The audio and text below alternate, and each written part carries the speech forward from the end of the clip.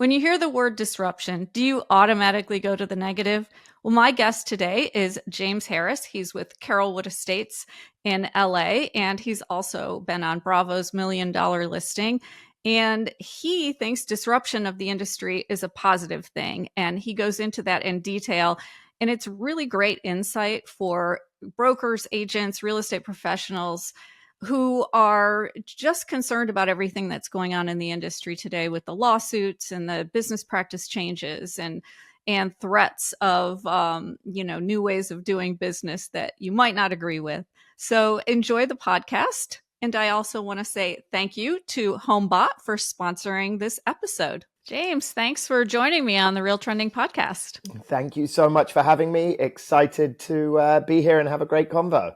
Yeah, so I'm going to pick your brain today. And one of the things you've done it all, $1 Million Listing, built a huge luxury practice. What do you think are some of the biggest real estate trends you're seeing right now that maybe, I know you're in a big market, but maybe smaller markets don't quite see yet and should be aware of? Yeah, I think the trends is such an interesting topic, right? Yes. The whole industry is being disrupted right now. Yeah, I think every week you're just waiting for a new lawsuit or a big change. And so agents are sort of on the edge of their seat right now. You know, so many policies have changed, trends are changing, but I really think the one that I'm most focused on is AI. You know, AI is changing our industry rapidly. I feel like it's almost similar to the dot-com boom. It's like if you don't get on it or you don't get in front of it, then you're going to fall behind. And I think those agents out there that are adopting AI into their daily lives are winning, and those that are not are sadly going to fall behind. So I think that would be the main trend that I'm seeing right now. And I think it's more than just AI. I mean, I guess more than just marketing your listings with AI. Let's put it that way. That what I think agents really need to understand is how to build systems and processes using AI that can make their work more efficient. That's right. Would you agree with that? And tell me a little bit about some of the things you're seeing. Yeah, I think you're absolutely right. I think we got, 1.6 million licensed agents in America. I think you have 400,000 or 500,000 of them that practice full time. It's their, day in and day out. And I think the vast majority of that number only know ChatGPT. And they're not really adopting AI to its full potential. And I actually think that AI is so interesting because whilst people are using it for things like ChatGPT that can come in and rewrite an email, most agents are still on Apple Notes or they're using an outdated CRM. They're not really using it to their full advantage. And there are so many capabilities out there that can help you level up your game. And I think whilst consumers are becoming so much more knowledgeable today, and they have so much more data and information at their fingertips, that if you're not really leaning in to its full extent and taking the time to learn about it, you're falling behind in my opinion. No, absolutely. I think it will become table stakes for agents and brokers moving forward. Just like the big technology platform, everyone needed to build a technology platform, right? And now everyone has one. I'm talking big companies or brokerages, and it's table stakes now, right?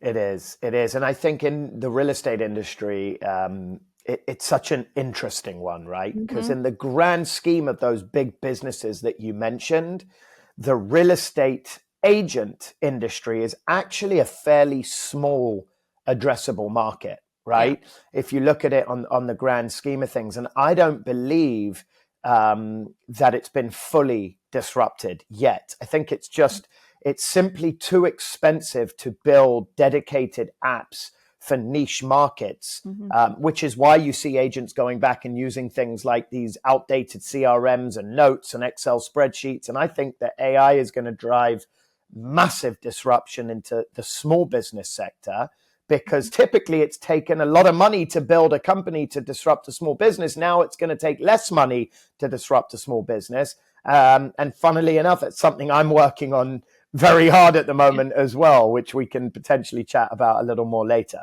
Well, no, let's do it now. Tell me what you're working on.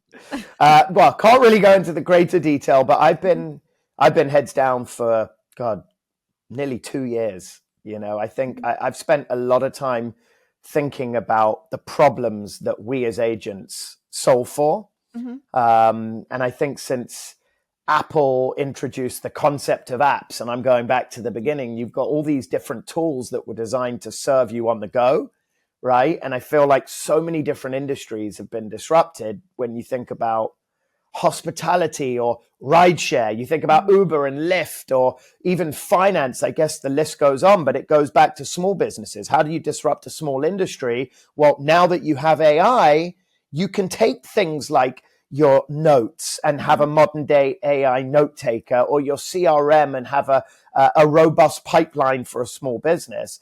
And so I've really taken years and years to think about the problems that we as real estate agents have to solve. And I've lived them, right? And so I'm building something that I believe will disrupt the real estate industry for agents and help them level up their game. And I've always been obsessed over how agents work, right? And so I've been collaborating with a very large group of tech veterans to just figure out the best way to disrupt this category. And so I've come up with what I believe will be a very exciting concept, and more to come very soon on that. When you say disrupt, is that people immediately think disrupt is bad. So explain to me what you mean by disrupt. Disrupt is bad if you don't like change, right? I'm a big believer in change. I think it takes me back to when we first had the internet. This weird noise that you stuck in your jack into the wall and went, and you were like, what's going to happen? What's going to happen? And people didn't like change then. And then once you start to adapt change and you actually watch the change help you become smarter and more efficient, then you're actually there to adapt the disruption. When I say disrupt, I certainly don't mean bad. I'm certainly looking at ways to help solve a major problem in our business. And look, real estate agents, we're CEOs of our own business. We're one of the very few businesses where you're a 1099 independent contractor. You run your own business, you write your own paycheck, but you wear 25 different hats. You're in the office, you're in the car, you're at a listing meeting, you're preparing marketing. So how can you put that all together and serve an agent to the fullest extent? And that is my obsession, is how can I help an agent save time? How can I give you back time so that you can go and spend more time with your family, or more time on things that you actually enjoy, or more time going out to get more business? So when I say disrupt, I want to take agents from the old way of thinking and give them the new way of thinking, where they can be more efficient, smarter, more prepared, and give them those tools. Well, great. I can't wait to hear more about it. Thank you so much. I'm excited. Yeah. So, we've got inventory, interest rates, hopefully going down again today. Buyer demographics are shifting. So what change in customer mindset really stands out to you, and how should agents adjust their approach? It's such a great question. I touched on it briefly earlier. I think the consumer today has access to so much more information than they used to. And again, I feel like this convo is going to continue down the AI route. Today, a consumer can almost find out anything that they need when it comes to their real estate transaction, from the buying, the selling, the lending, you name it, they have access to it. So I think today, as an agent, if you truly want to differentiate yourself and level up, you've got to have the information at your fingertips. You have to become a master of your craft. You have to prove so valuable that you become irreplaceable to that consumer. And first and foremost, you have to build trust with your client. Every transaction that I'm in, I'm not looking at it as a paycheck. I'm looking at every transaction as, what would I do if that were my money, right? And how much information would I want to know about the property I'm buying or selling if it were my own? And I think once you start to remove the paycheck and think of the relationship and the longevity of it, how you can build trust with a client, you as the agent become irreplaceable. So I think that the trend for me here is level up your game, become a master of your craft, and become irreplaceable to the client. Otherwise, you will be replaced. Yeah, absolutely. I mean, that is the big buzzword, value, right now. And, if you can't show your value, then negotiating any type of compensation is going to be more difficult. Correct. Yeah. Absolutely. So the way people buy and sell homes is evolving rapidly. What do you think is the next big lever in the transaction process that agents need to be ready for, but maybe aren't? I mean, it goes back to disrupting. We've seen so many different companies come in and try and eradicate the agent. Open Door did a successful job of that. I saw their stock price has been going through the roof. I've been at conferences more in the tech space and had the question asked, well, what if an AI robot comes in? It's like, I don't know what's going to happen. But again, back to AI, you're going to see a lot of companies come in and try and eradicate the agent. And look, again, I believe in human touch. I truly do. And I believe that if you are an agent that takes this business seriously, if you are an agent that wants to make a full-time career out of real estate, and I don't mean by watching a TV show that tells you can make a quick paycheck in a 90-second coffee. Guilty of it, did it for 8 years. But I mean, if you are truly ready to level up your game, become a master of your craft, there can be 50 apps to try and replace the agent. The client will still need your expertise, your negotiation skills, and will value every dollar that you make. So again, information is power. Have it at your fingertips and you will become irreplaceable. Yeah, and real estate is relationships, and Purely. AI can't interfere with the relationship. So you've got that. Yeah, it's a relationships-driven business. Even through COVID and even us doing this podcast right now through Zoom, yes, it's efficient. Yes, it's effective, but there is nothing like being face-to-face with somebody, looking them in the eye, giving them the knowledge, educating them. It is a people-person business and it is relationship-driven. And I believe that, yes, there will be companies that come in and try and replace the agent, which is why it's never been more important for the agent to become an absolute master at their craft. Yeah, absolutely. So obviously AI is not hype, but what tech do you think is hype that agents should be cautious of? It's a hard question to answer, right? Because everybody's different. And I think the problem with AI is we have too many options. And with too many options becomes confusion. However, that doesn't mean the app that I love, the next agent's going to love, or the app that helps me in my daily life is going to help the next agent. I think there's a lot of noise. I think that for agents, our business is so fragmented. I think there's 100 different apps that do 100 different things terribly, in my opinion. And I think that I would just stay away from the apps that, for you personally, they don't speak to you. Don't join something because it's the cool thing to do. Join it because it's going to help you level up your game. It's going to improve your business. It's going to save you time. But I don't think there's a type of app that I would say stay away from because everybody's so different. No, that's absolutely true. What works for one person doesn't always work for someone else. So obviously data and analytics are getting more attention in our industry. So what kind of data or what types of data do you recommend agents collect so that they can get ahead? Data is key in our industry, right? It goes back to being a master at your craft. For me, data is one thing and one thing only. It's understanding your market, right? Data to me as an agent, forget as a tech founder, to me, data is what did a house sell for? What was the price per square foot for the house? What was the price per square foot for the lot? What's the average days on market that house took to sell? Understanding the comps, knowing what's active, what's in escrow, what's pending, what's coming up. As an agent, you should be data obsessed because if you're data obsessed, it means you know your market inside and out, back to front.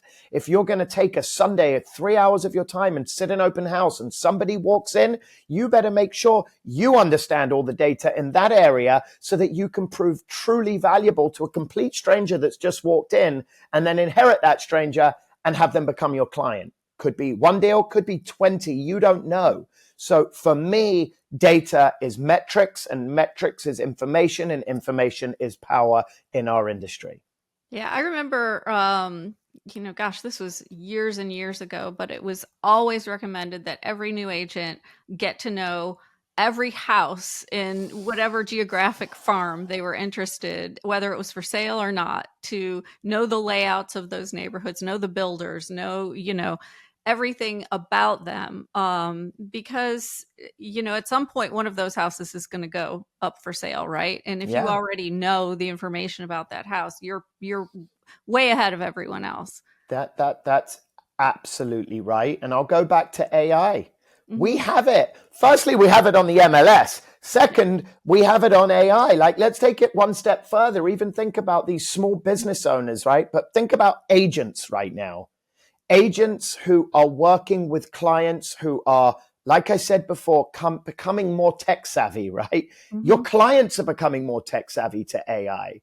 So this AI disruption for agents isn't just nice to have anymore. It's a must have. And that data is available to you. It's whether or not you want to take the time to learn it and understand it. But if I'm out with a client and that client knows more about real estate and data than me, I'm either in the wrong industry or I'm lazy. And I don't know. I say winners find a way, and you have to be an expert. And winning for me is knowing everything about my market, everything about the comps, everything about what can I offer as an agent that's going to make me irreplaceable to you. And that really comes back to data, data, data. Learn the data, learn your market, and become a master at your craft. So, $1 Million Listing obviously helped branding, marketing, media exposure for you. What are some lessons you've taken from that to really boost the content creation that you're doing, or some tips that you have for agents who aren't going to be on a show, but really want to, hone their content creation and get more media exposure? It's a great question. I was very blessed. 8 years, 100 and something episodes. It was an incredible experience. I learned a whole lot. But I do believe that for agents out there that are trying to gain exposure, the one problem I see with agents across the board is lack of consistency. An agent comes up with a New Year's resolution, and we're coming into a new year, and they're writing down their 12-month business plan, and they're like, I'm going to do Instagram videos, and I'm going to do TikToks, and I'm going to do a YouTube page. And they go out and they buy all the lights and the mics and the this and the cameras and the this. And then they sit at their computer January 2nd and they write the scripts, and then they'll read the scripts and no, they don't like it. Then they'll run a test and then they won't like it. And then it will take them 2 weeks before they put something out that's 30 seconds. And then they'll do it 3 more times and then they'll stop. Yeah. And then they've overthought everything that they've did, and they've overanalyzed and they've paralyzed, right? For me, content creation is about consistency, right? Don't overthink every single thing you're doing. You don't need lights, right? You're not an influencer. You're a real estate agent. You don't need the flash camera and the $500 mic and the scripts. Be authentic. People buy into authenticity. Be an expert. Figure out what your niche is, and don't do it once or twice or 3 times. Be consistent. If you say you're going to do it for 6 months, every day, every other day, twice a week, whatever it is, but do it rigorously over and over and over again, because you cannot expect results by doing something once or twice. And the same goes for agents that decide they're going to do e-blasts or newsletters or whatever it might be. Unless you are consistent, don't expect results. And so I think be true to who you are, be authentic to who you are, create authentic content to who you are, and do it consistently over and over and over again. So what is your favorite marketing channel? Instagram for us. Yeah. Instagram's a great way to be authentic, control the narrative, get more targeted with your marketing. And so for us, Instagram all day long. Yeah. Yeah. I love looking at Instagram. I don't post a whole lot though. Yes, I do too, by the way. Oh, so if an agent came to you tomorrow and said, I want to double my sides in 3 years, what would you advise them to focus on first, and what should they stop doing? Oh, good question. I would say, as an agent that's trying to level up, find 3 things you're passionate about. 3 things and 3 things only. Obsess over them. It might be door knocking. It might be sitting open houses. It might be calling expireds. Whatever it might be, whatever it is, obsess over it.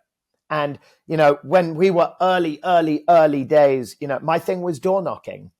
Now, that's not for everybody, but I know that when I did do it, I obsessed over it. And my thing was, I wouldn't come home at night until I had one piece of good information to share with my wife, who, by the way, was 8 months pregnant when I got into the business with our second daughter. So I was never going to come home at night to my 8-month pregnant wife at the time, who's Latina, so you don't mess with a Latina, unless I had a piece of good news. So I would obsess over that. I would door knock for 6 hours, 7 hours, 8 hours, 9 hours. But guess what? It's a numbers game, right? So if I had 100 no's and 1 yes, but I did that every single day, even with the 1 yes, I'd end up with 10 yeses in 10 days. That's a pretty good statistic. Cost me $0. So I would find your 3 things you're passionate about and obsess over them, whatever that might be. So how did you go from door knocking into luxury?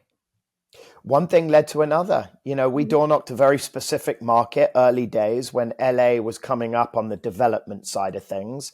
And instead of door knocking, $1 million piece of land, we door knocked lots that were 6, 7, 8, 10, $15 million. And we would sell this land to developers. And of course, if you're selling a piece of land for $10 million, what are they going to develop? A 40, 50, $60 million house. And so we were getting the listing agreement signed concurrent with the close. And then we were building a business off the back of these brand new houses. And again, my best piece of advice to an agent, and it doesn't matter what market you're in. It could be a $500,000 market. It could be $1 million. It could be 3 million, 5 million, 10 million. Is I feel like agents let fear get in the way of their growth. Yeah. They're comfortable doing what they're comfortable doing, but it's time to get uncomfortable, right? If your average sales price is $1 million, go and get uncomfortable. And go and start trying for the 3s, the 4s, the 5s, the 10s, even if it means driving an hour out of your local area to get to those properties. Like, really make yourself uncomfortable, because the difference between doing $1 million deal and a $10 million deal is 0, except the paycheck's 10 times larger. And I think that we let fear get in the way of us. And the fear, as long as you let it get away with it, will only get bigger and bigger and bigger and bigger. And you won't go for what your actual dream is, which is to grow and become more successful in your career. So, the moment I'm comfortable is the moment I want to make myself uncomfortable, because I want to grow. Yeah.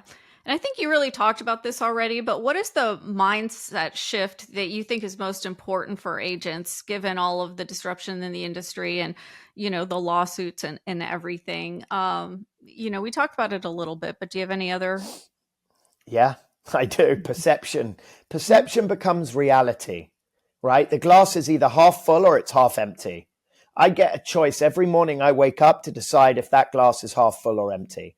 Now, do I wake up and say, God, interest rates are high and the world's gone nuts and this mayor and that mayor and this rule and that rule and this lawsuit and that? No, I never get out of bed. So I choose to get up and see the glass half full. And I look at the positives, not the negatives. And I think agents need to get out of bed and have a glass half full mentality and look at what we do have, not what we don't, and take advantage of the pluses that we have, not the negatives, right? I can tell you 10 great reasons of why the market's incredible right now. And I can turn the negative to a positive. And we get a choice as agents to go out and do that. So I think it starts with your mentality and understanding that reality is real. So make your reality a positive one. Yeah, I think that's so hard for some people is just, they just read lawsuit after lawsuit and, just what's going on and in the world, not just in real estate, and they freeze rather than focus on what they can control and what they can do and how they can make their life better or their business better, even if it's just a little bit at a time. That's And right. it's just a reminder. They just need a reminder to I think that's the whole gratitude idea of, writing 3 things down every day. It really sets you up for a great day. It sure does. And let me tell you, someone once told me, you can't change the past. You cannot control the future. Just sometimes stop, shut up, look at your feet and say, this is all I can control right now, right? This is what I have control of right now. So I'm going to go out today, right now, and the glass is going to be half full. And I'm going to go out with a positive mindset, a positive attitude, and I'm going to go and make the absolute best of my day today. Once you start doing that, you'll start to see a whole mindset shift. Mm-hmm. And once you do that, believe me, that positive energy becomes contagious. None of your clients want the negative, moody, depressed real estate professional, right? So you choose, but I know what I choose to do every day. Yeah. So my last question is imagine the ideal agent in 2030. What traits, business model, what are they doing and how are they doing it? Yeah, I think again in 2030, tech's going to look very different to what it does today. Again, I think for me, it's staying up and current with the trends, staying current with the information, being a master in my market, learning the market. I'll say this. The beauty of what we do as real estate agents today is we're not reinventing the wheel. We are not sending a rocket ship to NASA. Don't complicate our industry. Mm-hmm. Don't complicate something that is simple. Be professional, be a master, have the information, understand your market, and go and do it with grace.